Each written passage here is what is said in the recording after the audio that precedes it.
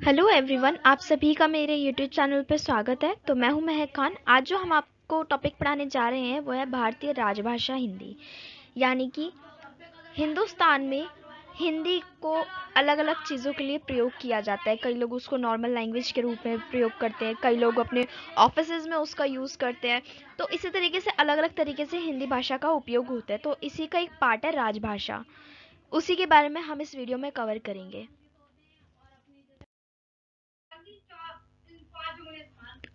यहाँ पे हम देखेंगे सबसे पहले कि भाषा के प्रकार कितने हैं, मेजर। ठीक है, तो सबसे पहले आता है राष्ट्रभाषा। अब राष्ट्रभाषा क्या होती है? राष्ट्रभाषा वो भाषा होती है जो पूरे के पूरे राष्ट्र स्तर पर हम उसको यूज करते हैं।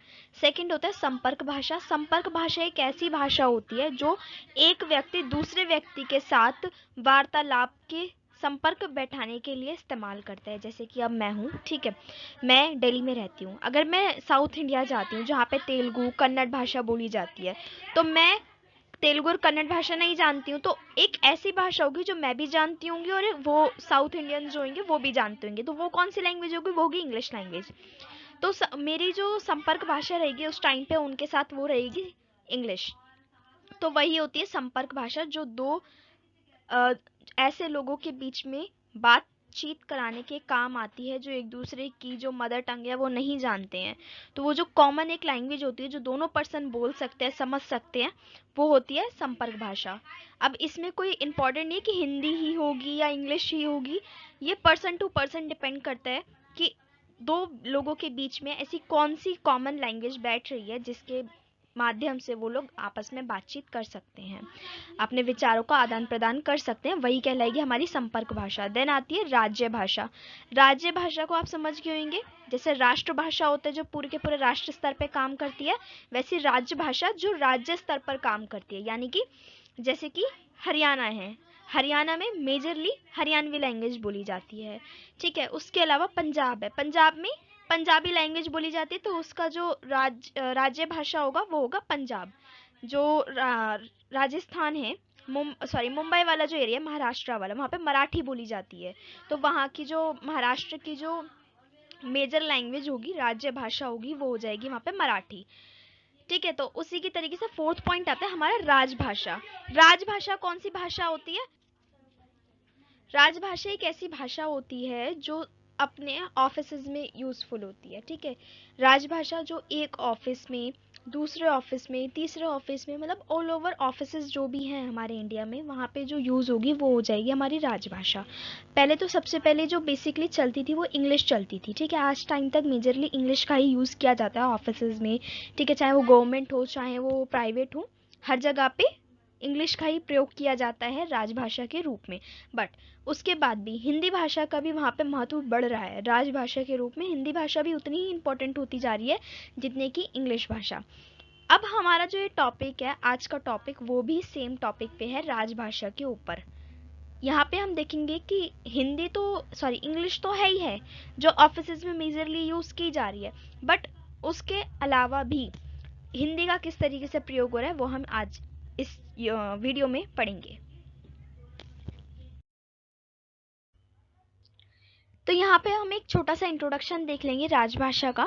राजभाषा किसी राज्य या देश की घोषित भाषा होती है जो कि सभी राजकीय प्रयोजन अर्थात सरकारी कामकाज में प्रयोग होती है। तो यहाँ तक हमने इसकी डेफिनेशन देख ली है। इसकी डेफिनेशन है कि राजभाषा बेसिकली एक ऐसी लैंग्वेज होती है जो कि सरकारी कामकाज के लिए, यानी कि ऑफिसेज में मेनली, पहले तो यही होता है कि सरकारी में ही यूज होती थी, बट आजकल कहीं कहीं प्राइवेट में भी यूज होती है हिंदी भाषा एज अ ऑफिशियल लैंग्वेज। ठीक है, भारतीय संविधान के अनुच्छेद 3431 के अंतर्गत देवनागरी लिपि को हिंदी को संघ की राजभाषा घोषित कर दिया गया है। यानी कि ये संविधान के अंदर भी अनुच्छेद 343(1) के अंदर लिखा हुआ है कि जो देवनागरी लिपि है यानी कि हिंदी है, ठीक है, देवनागरी लिपि के अंदर जो हिंदी आती है उसको संघ की राजभाषा घोषित कर दिया गया है, यानी कि ये कानूनी तौर पर भी हमारी राजभाषा है।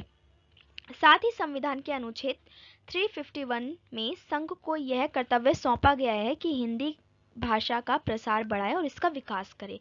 यानी कि ये एक कार्य के रूप में भी, एक कर्तव्य के रूप में भी सरकार के लिए अनुच्छेद के अंदर लिखा हुआ है, संविधान के अनुच्छेद 351 में, कि ये एक सरकार का एक कर्तव्य है, संघ का एक कर्तव्य है कि हिंदी भाषा का प्रसार बढ़ाए और उसका विकास करे।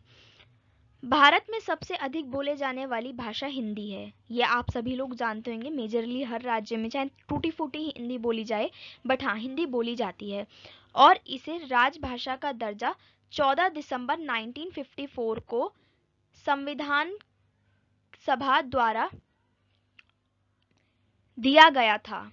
अंत प्रति वर्ष 14 दिसंबर को हिंदी भाषा के रूप में मनाया जाता है। वैसे तो भारत देश में बहुत भाषाएं बोली जाती हैं, परंतु हिंदी भाषा का एक अपना महत्व है, जिसके कारण यह लोगों के हृदय में एक महत्वपूर्ण स्थान ले चुकी है।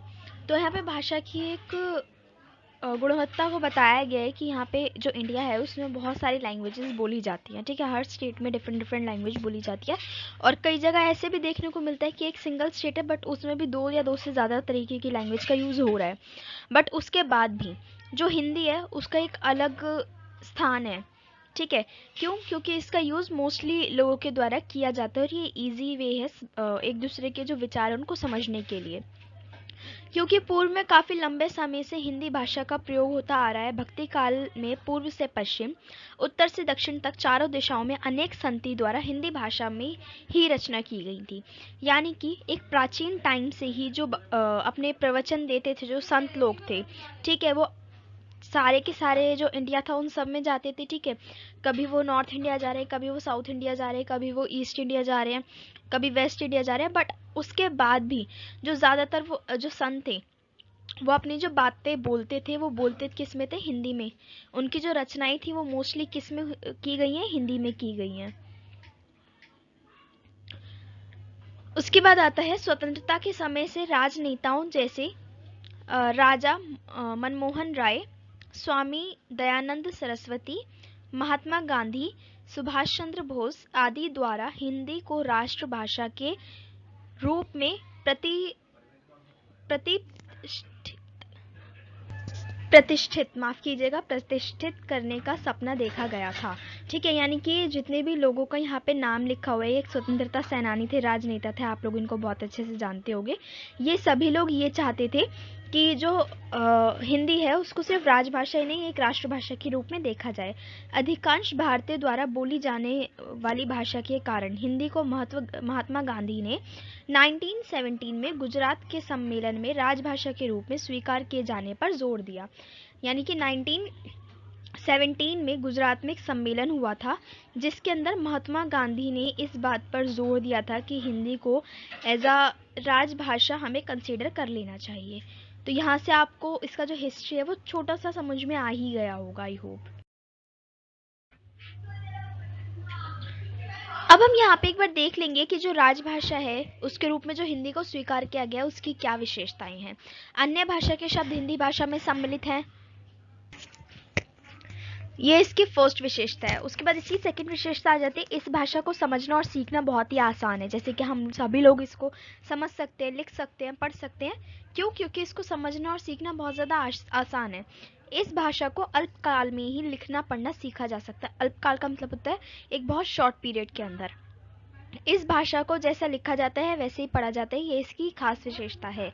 जैसे कि इंग्लिश लैंग्वेज है, ठीक है। इंग्लिश लैंग्वेज में जो सी अल्फ़ाबेट है उसको कभी कभी क भी पढ़ लेते हैं और कभी कभी स भी पढ़ लेते हैं, ठीक है। इसका एक स्पेशल कंडीशन होता है कि कब इसको क पढ़ना है, कब इसको स पढ़ना है।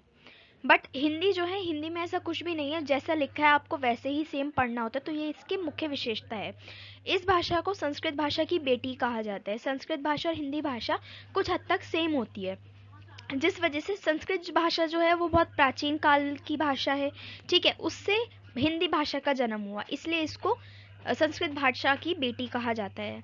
इसके साहित्य का क्षेत्र बहुत ही ज़्यादा विशाल है। अगर हम साहित्य में देखते हैं तो जो हिंदी भाषा है उसका बहुत अधिक प्रयोग होता आ रहा है। तो यही कुछ इसकी विशेषताएं थी, आप लोगों को आई होप समझ में आ गई होंगी।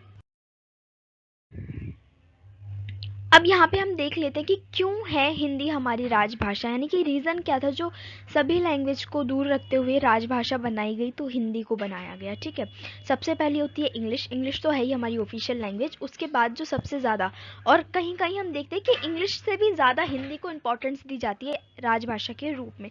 तो ऐसा क्या है हिंदी में, वो हम यहाँ पे देख लेते हैं।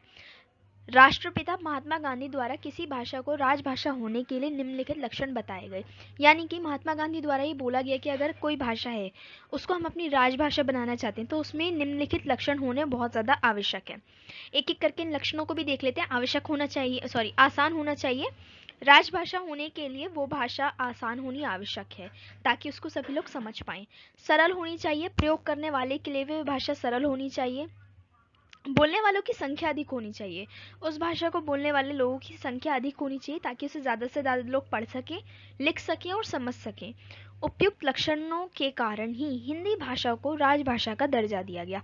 ये तीनों के तीनों जो लक्षण हैं वो हिंदी में हमें देखने को मिल जाते हैं। आसान भी है, सरल भी है और बोलने वालों की संख्या भी अधिक ही है। तो इसी वजह से हिंदी भाषा को इतनी ज़्यादा महत्व देके राजभाषा का दर्जा दिया गया। अब हमारी जो नेक्स्ट हेडिंग है वो है हिंदी भाषा को राजभाषा बनाने के लिए संघर्ष और इतिहास, यानी कि कितना संघर्ष हुआ और उसका क्या इतिहास रहा।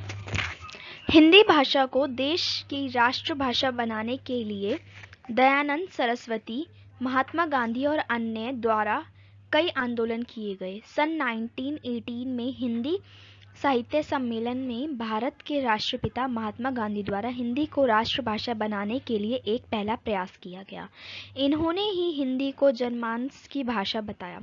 यानी कि जो सभी स्वतंत्रता सेनानी थे, राजनेताएं थे ना, वो सभी लोग ये चाहते थे कि जो हिंदी है वो राष्ट्रभाषा के रूप में सम्मानित की जाए। बट एक्चुअल में हुआ क्या था कि कई ऐसे लोग थे जो हिंदी को अच्छे से नहीं बोल पाते थे, जैसे कि जो साउथ इंडियन लोग होते हैं, वो जो वहाँ के लोग थे ना, उन लोगों ने ये बोल दिया था कि अगर आप लोग हिंदी भाषा को राष्ट्रभाषा बना देंगे तो हमें एक अलग राष्ट्र बनाना पड़ेगा अपना। यानी कि जो लोग तेलुगु लैंग्वेज बोलते थे, साउथ इंडियन लोग थे, उन्होंने ये चीज़ बोली कि हम अपने एक अलग राष्ट्र बना लेंगे, जैसे कि पाकिस्तान ने बना लिया। पाकिस्तान ने बनाया धर्म के आधार पे, बट जो साउथ इंडियन थे वो बनाना चाहते थे भाषा के आधार पे एक अपना अलग राष्ट्र। इन सभी जो चीज़ें थी, इन सभी लड़ाइयों को देखते हुए महात्मा गांधी ने एंड में इसको राजभाषा का दर्जा दे दिया। ठीक है, क्यों? क्योंकि वो ये नहीं चाहते कि जो अखंड भारत है वो और टुकड़ों में बट जाए। इस विचार पर सन 1949 में काफ़ी विचार विमर्श के बाद 14 सितंबर 1949 को हिंदी भाषा को राजभाषा का दर्जा प्रदान कर दिया गया। इसके बाद 26 जनवरी 1950 को हमारे देश का संविधान बना। यानी कि हमारे देश के संविधान बनने से पहले ही ये चीज़ तय कर दी गई थी 14 सितंबर 1949 को कि जो राजभाषा है वो हमारी हिंदी भी रहेगी। तो देखा ये कितना पुराने टाइम से छोटी सी चीज़ के लिए, हमारे लिए ये छोटा होगा बट तब के लिए कोई छोटी बात नहीं थी। इतना लंबा वहाँ पे चर्चा हुआ, इतना विचार विमर्श हुआ था वहाँ पे। उसके बाद इस संविधान में इस भाषा को राजभाषा का दर्जा दिया गया और इसे भारतीय संविधान के भाग 17 के अध्याय की धारा 3431 में निहित किया गया। साथ ही बताया गया कि राष्ट्र की राजभाषा हिंदी और लिपि देवनागरी होगी। यानी कि लिपि भी तय कर दी गई और राजभाषा भी तय कर दी गई, और ये संविधान के भाग 17 में लिखा गया है, जिसमें धारा 3431 के अंदर ये चीज़ें सम्मिलित की गई हैं। 14 सितंबर हिंदी को राजभाषा का दर्जा देने के कारण इस दिन को हिंदी दिवस के रूप में भी मनाया जाता है, परंतु हिंदी को राजभाषा के रूप में चुने जाने के कारण गैर हिंदी भाषा राज्य, खासकर दक्षिण भारत के लोगों ने इसका विरोध किया। परिणाम स्वरूप इंग्लिश यानी कि अंग्रेजी को भी राजभाषा का दर्जा दिया गया। अब देखा आपने किस तरीके से हिंदी के साथ साथ इंग्लिश को भी राजभाषा का दर्जा दिया गया, और ऑल ओवर इंडिया में ही हिंदी और इंग्लिश दोनों लैंग्वेजेस में ऑफिसेज में कामकाज होते हैं, जैसे कि आप बैंकों में भी देख सकते हो। और आजकल तो हिंदी भाषा को ज़्यादा सपोर्ट मिल रहा है हर एक फील्ड के अंदर। अब हम जब सारी चीज़ें लिखेंगे, इंट्रोडक्शन लिखेंगे, उसका हिस्ट्री लिखेंगे, उसके बारे में लिखेंगे, विशेषता लिखेंगे, तो हमें निष्कर्ष लिखना तो लाजमी है। इसके बिना तो हमारा आंसर ही अधूरा होगा। राजभाषा का दर्जा प्राप्त कर चुकी हिंदी भाषा लोगों के बीच से कहीं ना कहीं गायब होती जा रही है, ये तो सच्चाई है, और इंग्लिश ने अपना प्रभुत्व जमा लिया है। आजकल ये सोचते हैं, जो पर्सन इंग्लिश बोल सकता है ना, उसको ये सोचते हैं बहुत ज़्यादा हाई स्टैंडर्ड है, और जो हिंदी नहीं बोल पाते वो उनको पढ़ाई में कमज़ोर बोलते हैं, ठीक है, लोअर स्टैंडर्ड समझते हैं। जबकि ऐसा कुछ नहीं होता है, जैसी लैंग्वेज हिंदी है वैसी लैंग्वेज इंग्लिश भी है। ऐसे तो फिर अंग्रेज़ों को भी गवार बोलना चाहिए ना, क्योंकि उनको हिंदी नहीं आती जितनी अच्छे से हम हिंदी बोल सकते हैं, बट हम तो फिर उनसे ज़्यादा अच्छे ना कि हम हिंदी भी बोल सकते हैं और इंग्लिश भी बोल सकते हैं। बट जो लोगों की मैंटेलिटी है उसके हिसाब से इंग्लिश को ज़्यादा अभी इम्पोर्टेंस दिया जा रहा है, जबकि ऐसा नहीं होना चाहिए। यदि स्थिति इस प्रकार ही रही तो वो दिन दूर नहीं होंगे जब हिंदी भाषा राजभाषा से हमारे बीच से ओझल हो जाएगी। ओझल होने का मतलब होता है कि विजिबल ना होना। यदि हम सच में चाहते हैं कि हिंदी भाषा का प्रभुत्व राजभाषा के रूप में बना रहे तो हम प्रचार प्रसार को बढ़ावा देना चाहिए। हमें इसके प्रचार प्रसार को बढ़ावा देना चाहिए। हमें इम्पोर्टेंस बोलनी चाहिए कि हिंदी हमारे लिए कितना इंपॉर्टेंस है। हमें इतनी इंग्लिश को इम्पोर्टेंस नहीं देनी चाहिए, ठीक है। हमें अपनी मेंटालिटी चेंज करने की ज़रूरत है। सरकारी कामकाज में हिंदी को प्राथमिकता देनी होगी, तभी हिंदी भाषा को जिंदा रखा जा सकता है और इसका प्रभुत्व कायम भी। तो यहाँ पे हमने ज़्यादा से ज़्यादा 6 से 7 लाइनों में इसका निष्कर्ष भी पढ़ लिया है। आप इसी तरीके से लिखिएगा, आपको फुल नंबर नहीं तो कम से कम ज़्यादा से ज़्यादा नंबर तो मिलेंगे ही मिलेंगे, इतनी तो मैं कॉन्फिडेंट हूँ। तो इसी के साथ हमने अपना ये बहुत इंपॉर्टेंट और एक बहुत छोटा सा टॉपिक अच्छे से कवर कर लिया है। आई होप आप लोगों को वीडियो पसंद आई होगी। मैंने हर चीज़ आपको बहुत ही बारीकी में समझाई है। इसको लाइक कीजिएगा अगर आपको पसंद आया हो, इन्फॉर्मेशन अच्छी लगी हो तो अपने फ्रेंड्स के साथ शेयर कीजिएगा। कोई भी सजेशन होगा तो आप मुझे कमेंट बॉक्स में बता सकते हैं वो। Thanks for watching my video, और मेरे चैनल को सब्सक्राइब करना बिल्कुल भी मत भूलना। अल्लाह हाफिज़।